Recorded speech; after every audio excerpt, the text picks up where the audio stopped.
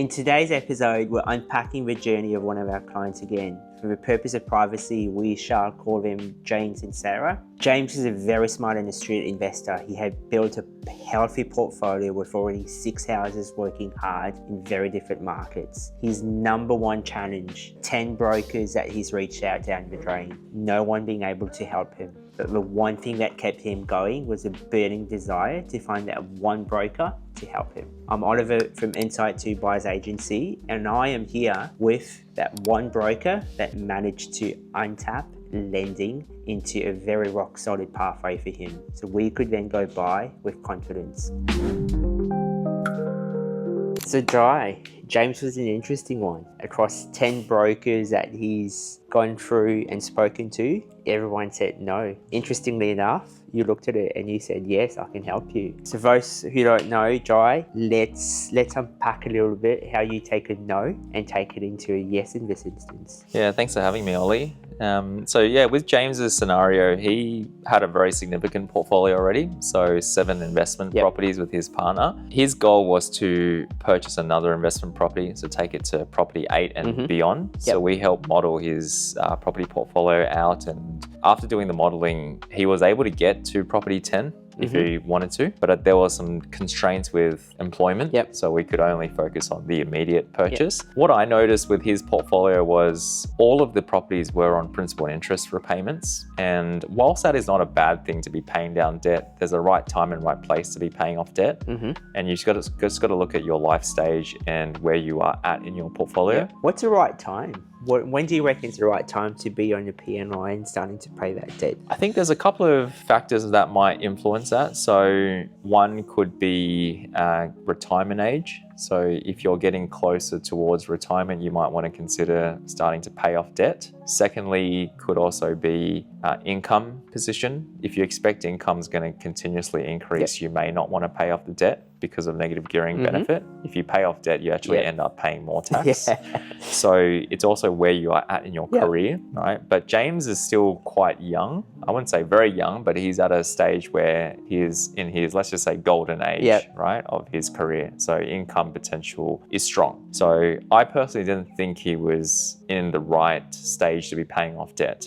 And for us to get him to the next level, we needed to unlock borrowing capacity and also unlock equity. These are the 2 resources that you need as a minimum to buy every property, right? You can't do one without the other, right? And a lot of people will get stuck because of one limiting resource, right? Someone will either be stuck because of borrowing power, or they might be stuck because they don't have cash or equity.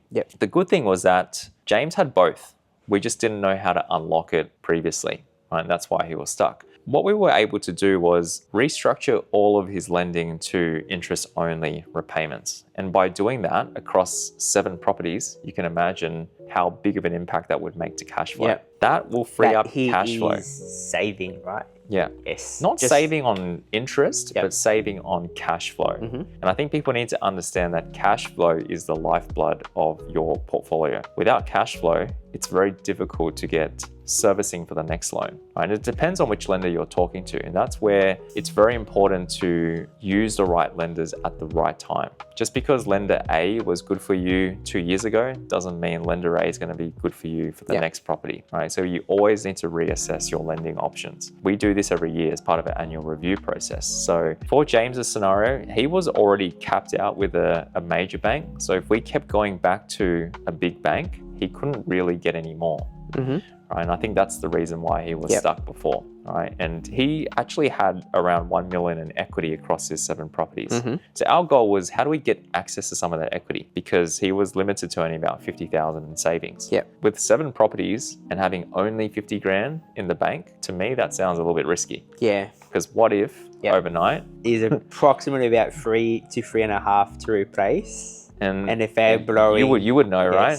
That can happen at any point in time. You just don't know when you're going to get a call and say, hey, Ollie, you got to replace this, this, and this. And unfortunately, when it comes down to hot water, it's classified as an urgent repair. It's one of these things that you can't wait. Under the relevant legislation, it needs to be done. And there you go. It's 3.5K on average out of your pocket.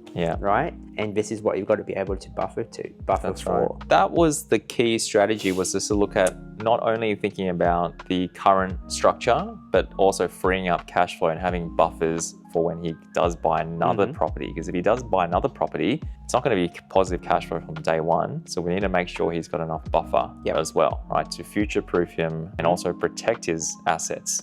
So what we did was we looked at lender options that can allow us to free up some additional capacity and also get equity out. So we were able to get out around 280,000 of equity. That would be enough deposit for the immediate purchase, which we will talk through a little bit later. But I believe we did a pre-approval around 650,000, and we had 20% deposit through the 280K equity, but also enough as buffers for his existing portfolio, plus enough if he wanted to do a ninth purchase later on. So for James, we were able to release $280,000 of equity out of the portfolio and do a pre-approval with a second tier bank. Now, I'll just touch on why we use a second tier bank. Most tier one banks will favor principal and interest repayments, right? Because they drag it over a 30-year loan term. If you have a 5-year interest only period, for example, they assess you on a 25-year loan term. Whereas if you go to a tier two bank, they don't look at the loan term, they look at the cash flow of the repayment of the loan. So if it's on interest only across 7 properties and you're reducing your repayments by a couple of $1,000s a month, servicing then frees up. So by doing that and going to a tier 2 lender after refinancing his loan to interest only and getting the equity out, he's now got the funds to complete the purchase and he's got the borrowing capacity to do that 8th investment property.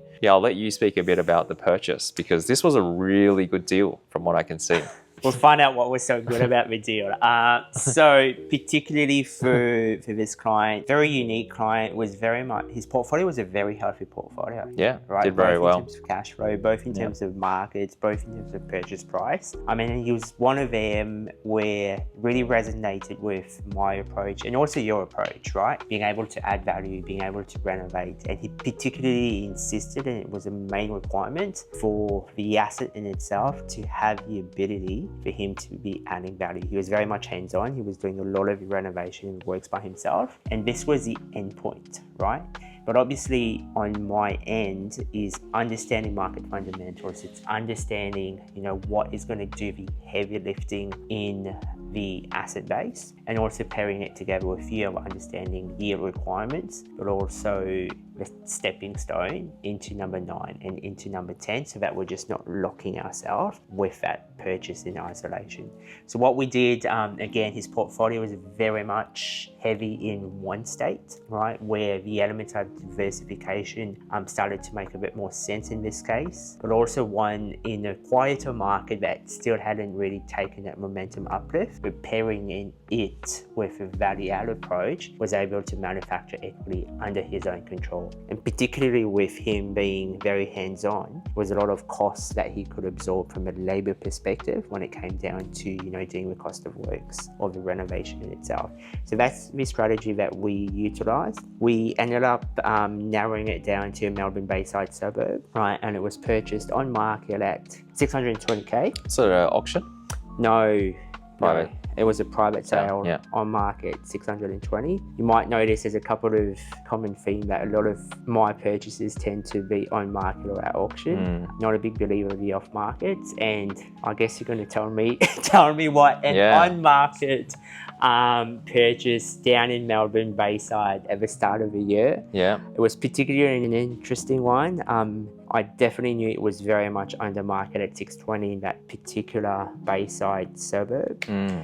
And what we did was purchase there, came in, did an uplift, right, taking a 3-bed to a 4-bed and 2-bath. And that was in itself, in the quieter market where Melbourne was at the start of the year, that value-add approach definitely assists in boosting and manufacturing equity. Yeah, and I believe you ran a val. Yeah, so we got a valuation. This purchase was done in March. Yeah, I remember when I came to Melbourne, I was living in this suburb. So I thought to myself, I should actually buy in this area, and I didn't. So I shoot myself for doing that.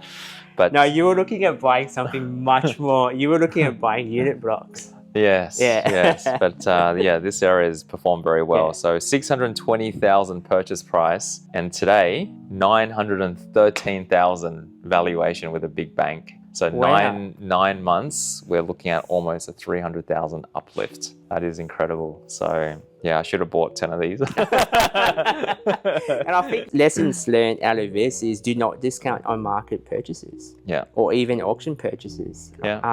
Sometimes you just got to pay what it's worth. Yeah, and understand how to assess the on-market deals and how to close the offer across. And this is what a good BA does.